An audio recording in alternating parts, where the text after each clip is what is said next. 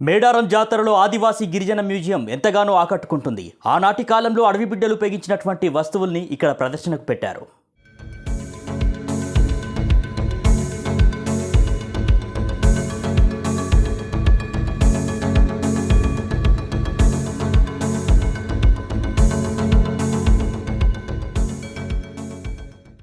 ఆదివాసీల జీవన విధానమే వేరుగా ఉంటుంది.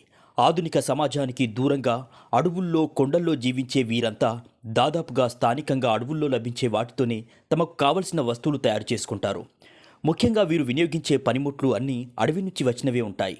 మట్టి పాత్రల్లో వంట చేసుకోవడం, కర్రబొంగుల్లో ఆహార పదార్థాలు నిల్వ ఉంచుకోవడం, గడ్డితో పేనిన తాళ్లతోనే వినియోగించడం, ఇలా చెప్పుకుంటూ పోతే ఒకటా రెండా వందల కొద్ది వస్తువులు ఉంటాయి. కాలక్రమంలో వారి నుంచి వస్తువులు మాయమవుతున్నాయి. ప్రతి పల్లెకు గూడేలకు సైతం ఆధునిక పద్ధతులు విస్తరించడంతో చాలామంది మైదాన ప్రాంతంలో వాడే వస్తువులనే వినియోగిస్తున్నారు. కాలగర్భంలో కలిసిపోతున్న ఈ అరుదైన వస్తువుల్ని సేకరించి మేడారంలో ఏర్పాటు చేసిన ఆదివాసీ గిరిజన మ్యూజియంలో ఉంచారు. అమ్మవారి దర్శనానికి వచ్చిన భక్తులు ఈ అరుదైన వస్తువులను కన్నార్పకుండా చూస్తున్నారు.